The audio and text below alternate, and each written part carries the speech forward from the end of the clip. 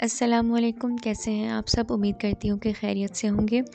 आज की इस वीडियो में हम बात करेंगे फ़िज़िकल हेल्थ के हवाले से, यानी अगर हमने एक हेल्दी प्रेगनेंसी गुजारनी है, अगर हमने नेचुरली कंसीव करना है तो हमारा फ़िज़िकल हेल्थ का फ़िट होना कितना ज़रूरी है, कौन सी चीज़ें हमें अपनानी है, कौन सी चीज़ों को हमने दूर करना है, वो सारी बातें हम बात करेंगे इस वीडियो में।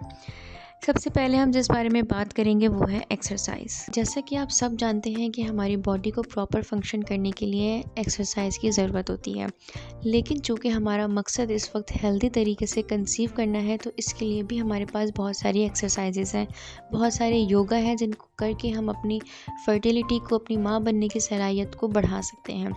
लास्ट वीडियो में मैंने आपके साथ कुछ योगा पोजेज शेयर किए थे, यहाँ पे मैं आपके साथ कुछ एक्सरसाइजेज शेयर करती हूँ जिनको करने से आप अपनी फर्टिलिटी को इंक्रीज़ कर सकते हैं। सेकंड टॉपिक आता है बैलेंस डाइट। बैलेंस डाइट के लिए आपने अपनी डाइट पे फोकस करना है कि आप क्या खा रही हैं, आप क्या नहीं खाती। आपने अपनी पसंद और नापसंद को साइड पे रखना है और जो हेल्दी चीज़ें हैं उनको अपनाना है। आपने दूध लाजमी पीना है, आपने फ्रूट्स खाने हैं, आपने सैलड्स खानी है। इसका हरगिज़ मतलब ये नहीं है कि अगर आप सैलड खा रहे हैं उसके बाद आपने पूरा एक वक्त का खाना छोड़ देना है। नहीं, सैलड खाने के बाद अगर आपको भूख लगती है तो आप प्रॉपर खाना खाएं। एक सैलड और एक फ्रूट की प्लेट, ये अलग से आपके लिए एक बोनस पॉइंट है आपकी हेल्थ के लिए, जो कि आपको फ़िट करेगा, आपकी फ़िज़िकल हेल्थ को फ़िट करेगा, आपको एक हेल्दी प्रेगनेंसी गुजारने में मदद करेगा। तो आपने अपनी डाइट में हर वो चीज़ शामिल करनी है जो कि फ़ायदेमंद होती है, जो कि ऑर्गेनिक होती है। वो सारे फूड्स जो कि बाहर के खाने हैं, फ़ास्ट फूड्स हैं, इन सब से बहुत हद तक कोशिश करनी है कि आप अवॉइड करें। तीसरा सबसे अहम टॉपिक हमारे पास ये है कि हमने अपना वेट मेंटेन करना है, यानी अगर हम बहुत ज़्यादा ओवर वेट हैं तो हमने अपने अपने वेट को कंट्रोल करना है। हमने एक नॉर्मल, अपनी एज के हिसाब से एक नॉर्मल वेट की तरफ अगर आप ओवर वेट हैं और इसके साथ साथ आपका हेयर लॉस भी हो रहा है, आपको एक्नी भी है, आप ओवर वेट होने के साथ साथ आपको बहुत ज़्यादा थकावट भी रहती है, आपके पेट में पेल्विक पेन भी होता है, तो ये सारी निशानियां हैं, ये सारे सिम्टम्स हैं कि हो सकता है आपको पीकॉज या पीकॉड हो।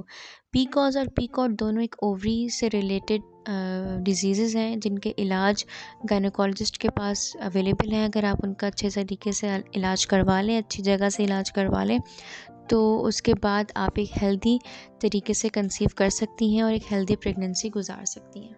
इसी तरीके से हमारा अंडरवेट होना भी नुकसानदेह है। अगर हम अंडरवेट होंगे तो फिर हमारी बॉडी प्रॉपर तौर पर फंक्शन नहीं करेगी, और जब हम अपनी वीकनेस की वजह से हमारे अपनी ज़िम्मेदारियों को पूरा करने के लिए ज़्यादा काम करेंगे तो हमारी बॉडी स्ट्रेस की तरफ जाएगी, और स्ट्रेस की तरफ जाएगी तो आपको पता होगा कि आपके स्ट्रेस कैसे हमारी फर्टिलिटी को जो है वो कम करता है, हमारी माँ बनने की सलाहियत को कम करता है। तो ये सारे नुकसानात से अगर आप बचना चाहती हैं तो आपने खाना पीना है, अपने आप को हेल्दी तरीके से अपना वेट गेन करना है और अपना बहुत सारा ख्याल रखना है। अब हम बात कर लेते हैं कि वो कौन से फूड्स हैं, वो कौन से खाने हैं जो हमारी फर्टिलिटी को इंक्रीज़ करते हैं।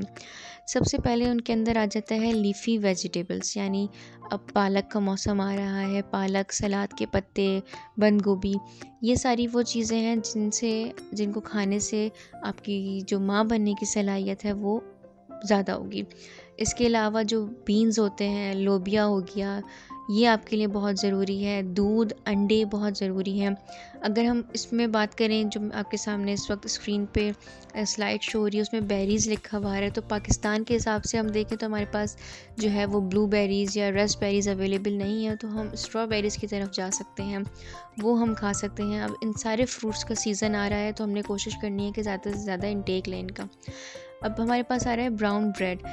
जैसे कि आपको पता है कि वेस्ट में आटा इस तरह से नहीं मिलता, रोटी इस तरह से नहीं बनती, तो उनके पास ब्रेड्स होती हैं मुख्तलिफ़ किस्म की। लेकिन चूँकि हम पाकिस्तान में रहते हैं और हमारे पास चक्की का आटा बहुत आसानी से अवेलेबल है, तो उसकी रोटी हमारे लिए बहुत ज़्यादा हेल्पफुल साबित हो सकती है। नेक्स्ट हम बात करेंगे ड्राई फ्रूट्स की। ये बहुत अच्छा सीज़न आ रहा है, इसके अंदर आप बहुत अच्छे से ड्राई फ्रूट्स के ज़रिए, स्ट्रॉबेरीज़ के ज़रिए, बहुत सारी लीफ़ी वेजिटेबल्स के ज़रिए आप अपनी जो एनर्जी है, जो अपनी माँ बनने की सलाहियत है, उसको बढ़ा सकते हैं। नेक्स्ट हमारे पास आता है बनानास। ये बहुत ज़्यादा इम्पॉर्टेंट है। वैसे तो सारे फ्रूट्स बहुत इम्पॉर्टेंट हैं हमारी हेल्थ के लिए, लेकिन स्पेशली कंसीव करने के लिए आप बनानास का बहुत ज़्यादा इस्तेमाल करें। आखिर में हमारे पास आता है रेड मीट, यानी गाय का गोश्त, बकरे का गोश्त, ये सारे रेड मीट में आते हैं। कुछ चिकन को अगर आप अवॉइड करते हैं तो आप कोशिश करें कि रेड मीट ज़्यादा से ज़्यादा इस्तेमाल कर सकते हैं तो आप करें। अब हमारे पास आ जाता है कि वो कौन सी चीज़ें हैं जिसको हम अगर अवॉइड करें तो हम प्रेगनेंसी में डिले से बच सकते हैं। हमारे पास आ जाता है फ़ास्ट फूड। फ़ास्ट फूड में चूँकि बहुत ज़्यादा हाई लेवल होता है सैचुरेटेड फ़ैट्स का, सोडियम का, शुगर का, ये हमारी ओवरीज़ का जो फंक्शन है एग प्रोड्यूस करना, ये हमारी ओवरीज़ के फंक्शन को ऑल्टर कर देता है, यानी उसको उलट देता है, उसको बदल देता है। तो ये सबसे बड़ा नुकसान है हम जिसकी वजह से जो है वो नेचुरली तौर पे कंसीव नहीं कर पाते। तो अगर आपकी डाइट में बहुत ज़्यादा फ़ास्ट फूड शामिल है तो अभी आप उसको डिसकंटिन्यू करें। अगर आप 15 डेज़ पे 1 टाइम लेना चाहते हैं तो ले लें, लेकिन कोशिश करें कि हेल्दी डाइट ही अपनाएं।